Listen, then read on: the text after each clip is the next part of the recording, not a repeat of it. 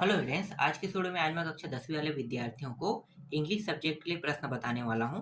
तो चलो, सबसे पहले मैं आपको निबंध बताऊंगा, फिर लेटर, नोटिस, पैराग्राफ, है ना, अनसीन पैसेज, ये सब चीज़ मैं बताने वाला हूं। तो सबसे पहले हम लोग निबंध ही देख लेते हैं। तो निबंध में आपको कौन सा पढ़ के जाना है? तो सबसे मोस्ट इंपॉर्टेंट जो निबंध है वो है वंडर ऑफ साइंस का। वंडर ऑफ साइंस का निबंध हर साल आता है, तो आपको इसको छोड़ना नहीं है। वंडर ऑफ साइंस के निबंध को अलग अलग नामों से जाना जाता है। वंडर ऑफ साइंस है ना, science is our daily life है। फिर साइंस ए ब्लेसिंग और एक कर्स के नाम से भी जाना जाता है। तो अलग अलग नामों से जाना जाता है। एक निबंध ये है। दूसरा निबंध जो है ये है माई हॉबी। दो ही निबंध देखना है, इससे ज़्यादा देखने की जरूरत नहीं है। और सबसे ज़्यादा इंपॉर्टेंट आपका मोस्ट इंपॉर्टेंट में वंडर ऑफ साइंस का है। तो वंडर ऑफ साइंस आप लोग इंपॉर्टेंट के तौर पे देखना, ठीक है। अब मैं आप लोगों को लेटर बता देता हूँ। देखो, एक लेटर जो है ये पिकनिक वाला, ठीक है। पिकनिक टूर जो कहते हैं ना, पिकनिक और टूर को मैं एक ही मानता हूँ। तो आपको एक ही समझ के पढ़ना है, क्योंकि टूर और पिकनिक में जाना एक ही जैसा है। तो पिकनिक और टूर को एक ही समझ के पढ़ना, ठीक है। प्रिंसिपल को लेटर लिखने के लिए कहेगा, ठीक है। तो ये हो गया। या फ्रेंड की शादी मैरिज में जाने वाला, तो ये भी एक प्रकार का टूर पिकनिक जैसे ही होता है ना। ये हो गया। और एक हो गया बुक बैंक इशू। कहाँ है बुक बैंक? एक मिनट में दिखा रहा हूँ, ये वाला, ठीक है। ये बुक बैंक वाला है। बुक बैंक और फीस कंसेशन को दोनों को मैं एक ही मानता हूँ। तो ये बुक बैंक हो गया। और एक होता है, इसी को हम लोग फीस कंसेशन भी कह सकते हैं। फीस कंसेशन अलग होता है, लेकिन समझो कि फीस कंसेशन और बुक बैंक एक जैसा है। बुक बैंक से आप बुक कब क्यों निकालते हो? भाई, आपके पास बुक खरीदने के पैसे नहीं तब निकालते हो। और फीस कंसेशन कब कराते हो? जब आपके पास परीक्षा के लिए फीस भरने के लिए पैसा ना हो तब। तो दोनों कंडीशन में पैसा नहीं है तभी तो आप करा रहे हो ना। तो मैं दोनों को एक ही मानता हूँ। तो दोनों को एक ही मान के पढ़ना है, ठीक है। ट्रांसफर सर्टिफिकेट, और ये तो एक आ चुका है, तो मैं इसको सजेस्ट नहीं करूंगा। कैरेक्टर सर्टिफिकेट, हाँ, ट्रांसफर सर्टिफिकेट कई बार रिपीट हो जाता है, तो बाई चांस अगर रिपीट हो जाए तो इसके लिए एक बार बस इसको देख लेना। बाकी इन्हीं दोनों में से कोई एक आएगा, ठीक है। तो ये हो गया, ठीक। इसके बाद ट्रांसफर सर्टिफिकेट के बाद ये हो गया ना। अब पैराग्राफ देख लेते हैं। देखो, पैराग्राफ में कौन कौन सा पैराग्राफ देखना है? एक है ये, ठीक है, इलेक्शन वाला। इलेक्शन वाला ये 2024 के सन में आ चुका है, लेकिन इस साल भी इलेक्शन हुआ है, तो ये इलेक्शन का आ सकता है। इसके अलावा मैं आपको बता देता हूँ वैल्यू ऑफ गेम। ये ज़्यादा इंपॉर्टेंट हो रहा है इस साल, बहुत ज़्यादा इंपॉर्टेंट है ना। ये वैल्यू ऑफ गेम को ले लेना, ये मोस्ट इंपॉर्टेंट में है। Most IMP, value of game most important में आपको इसको देखना है, ठीक है। पैराग्राफ में ये वैल्यू ऑफ गेम का आ सकता है, गेम स्पोर्ट के नाम से, ठीक है। मोस्ट इंपॉर्टेंट में है। इसके बाद है हेल्थ इज वेल्थ, है ना। हेल्थ इज वेल्थ, और ये जो स्मोकिंग इज डेंजरस, दोनों को मैं एक ही मानता हूँ, ठीक है। तो दोनों को थोड़ा सा देख लेना। अब दोनों को क्या देखना भाई, ये भी मोस्ट इंपॉर्टेंट में है। दो मेरे हिसाब से ये दोनों जो है मोस्ट इंपॉर्टेंट में इस साल का है, ठीक है। ये दो हो गया मोस्ट इंपॉर्टेंट में। एक हो गया आपका वैल्यू ऑफ गेम, और ये हो गया स्मोकिंग इज डेंजरस, ठीक है। हेल्थ इज वेल्थ तो इसी से संबंधित है, स्मोकिंग वाले से। तो इसके साथ ऐड करके पढ़ लेना, या अलग भी पढ़ लोगे तो कोई भी दिक्कत की बात नहीं है। दो हो गया, ठीक है। इलेक्शन वाला छोड़ना नहीं है, इतना इंपॉर्टेंट नहीं है इलेक्शन वाला। मुझे लगा था इलेक्शन वाला आ सकता था, लेकिन बाद में मुझे लगा कि नहीं, इलेक्शन इस बार चांस कम है। और कोई बन रहा है क्या? और ज़्यादा बताने की कोई ज़रूरत नहीं है। देखो, जो बता रहे हैं वो इसमें है, तो आना ही आना है ना। यार, ये थोड़ा सा देखा देखा लग रहा है मुझे। ग्रेट, ये वाला अग्रेट, है ना। इसके चांसेस तो कम है। चलो, इसको भी मोस्ट IMP में रख लो। देखो, सबसे ज़्यादा मोस्ट IMP में मैं कहूँगा तो स्मोकिंग इन डेंजरस और वैल्यू ऑफ गेम का रहेगा सबसे ज़्यादा मोस्ट इंपॉर्टेंट में। पर यहाँ पे मैं आपको चार दे रहा हूँ। एक ये स्मोकिंग डेंजरस, है ना, वैल्यू ऑफ गेम, और ये इलेक्शन वाला। इलेक्शन वाला उनमें से सबसे ज़्यादा इंपॉर्टेंट मैंने बता दिया है कौन सा आएगा। इसके बाद नोटिस देख लेते हैं ना। नोटिस एक लॉस फाउंड से तो आपको पढ़ना ही पढ़ना है, एकदम 100% लॉस फाउंड से देख सकते हो, ठीक है। ये वाला नोटिस जो है, ये नोटिस 2023-24 में आ चुका, 24 में भी आ चुका है लॉस एंड फाउंड से। फिर भी आपको लॉस एंड फाउंड से एक बार और पढ़ना है। लॉस का मतलब हो गया लॉस एंड फाउंड।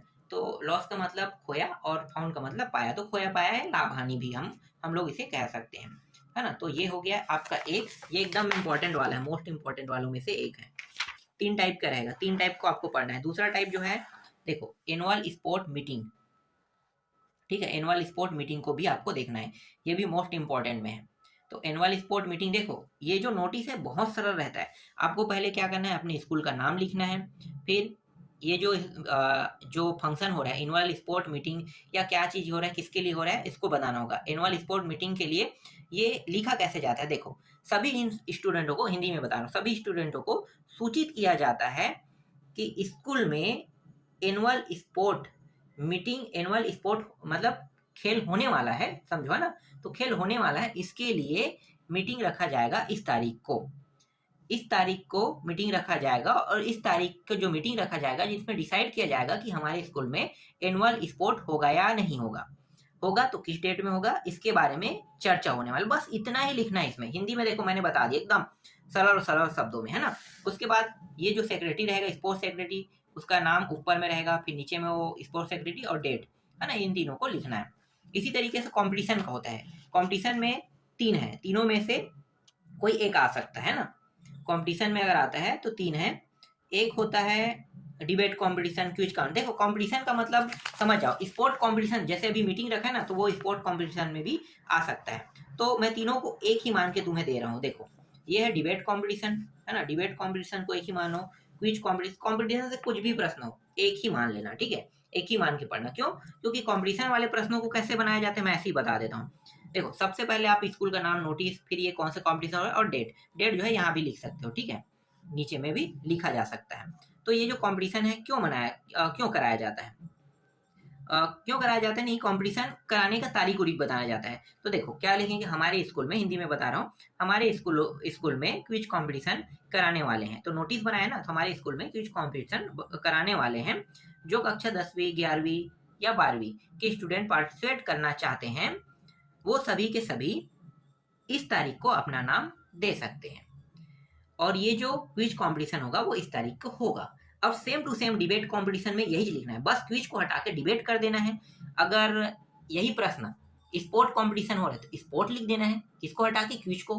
कुछ चेंज हुआ? कुछ भी चेंज नहीं हुआ, बस इतना ही है, बाकी सब सेम रहेगा, है ना। सेक्रेटरी कल्चर सेक्रेटरी है, कल्चर जैसे सेक्रेटरी, ये culture secretary, sports secretary, sport लिखोगे, है ना। और ये क्या है, क्विज कंपटीशन, तो हेड गर्ल या फिर इसको भी कल वही सेक्रेटरी को डी करके डाल देना। तो एकदम सरल रहता है, एक ही समझ के पढ़ना, ठीक है। ये हो गया इंपॉर्टेंट में, 3-4 इसमें भी देख लेना, है ना।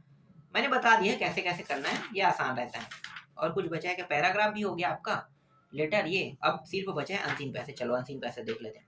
अनसीन पैसेज जो मैं बताऊंगा जरूरी नहीं यही आए, बस इसको बेस क्लियर करने के लिए पढ़ना, ठीक है। अनसीन पैसेज हमेशा बाहर से आता है, मैं पहले ही बता देता हूँ, बाद में मत कहना कि अनसीन पैसेज सर आप बताए उसमें तो आया ही नहीं। तो भाई नहीं आता है वो, अनसीन पैसेज बाहर से ही आता है। फिर भी मैं अपनी ओर से एकदम इंपॉर्टेंट वाला दे रहा हूँ। इंपॉर्टेंट वाला है, मैं मोस्ट इंपॉर्टेंट तो नहीं कहूँगा, मोस्ट इंपॉर्टेंट के चांसेस 100% होता है।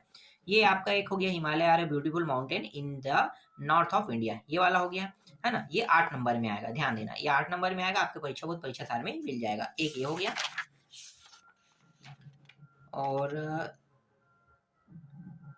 दूसरा ये वाला देख लेना, ठीक है। दूसरा ये देखना, in India there are citizen वाला, ये वाला, ठीक है। ये कोलकाता मुंबई वाला दूसरा ये हो गया। बस इसमें बेस क्लियर होगा तुम्हारा, ठीक है। इस टाइप के प्रश्न 3 से 4 आएंगे, 4 प्रश्न आएगा, और 4 प्रश्न हो सकता है इस टाइप के हो, 1 2 3 4, है ना, प्रश्नों के उत्तर वाला हो सकता है। और एक आध 2 प्रश्न ट्रू और फॉल्स भी हो सकता है, कुछ भी हो सकता है। समझो कि 2-3 ऐसी टाइप के प्रश्न एग्जाम में आएगा। फिर अगला जो है इसमें प्रैक्टिस करने के लिए है, India is a land of formal who are very simple, है ना। तो ये हो गया एक, और एक और है, 4 ही दूंगा, ज्यादा नहीं दूंगा, ठीक है, 4, ये वाला, the Indian education system is ancient time वाला, ठीक है। तो ये 4 ही बस इसमें देखना है, इसके अलावा और देखने की जरूरत नहीं है, ठीक है। ये तो 4 नंबर। अब 5 नंबर का भी बता देता हूँ। तो 5 नंबर भी बुक से ये वाला जो है ना, ये बुक से आएगा, ये सीन पैसेज है, सीन पैसेज 5 नंबर में बुक से आएगा। ये भी सरल रहता है, सिर्फ 5 नंबर का रहेगा। इसके लिए भी मैं बता देता हूँ, इंपॉर्टेंट वाला, ये बाहर, ये भी बुक से आएगा, लेकिन जो आया है वो जरूरी नहीं कि आए, अगर आ जाए तो जो बताएं उसी से आएगा, और नहीं आएगा तो पूरा बुक से बाहर या बुक के अंदर। जैसे ये सीन है तो बुक के किसी पार्ट को काट के बनाया जाता है, तो इसको देख लेना, 8 जने वाला। ठीक है, ये आपको परीक्षा सार में मिल जाएगा। एक ये हो गया, 5 नंबर का रहेगा। इसी तरीके के 2-3 टॉपिक रहेगा और 2-3 प्रश्न रहेगा जिसको ढूंढ के बताना है। ठीक है, और दूसरा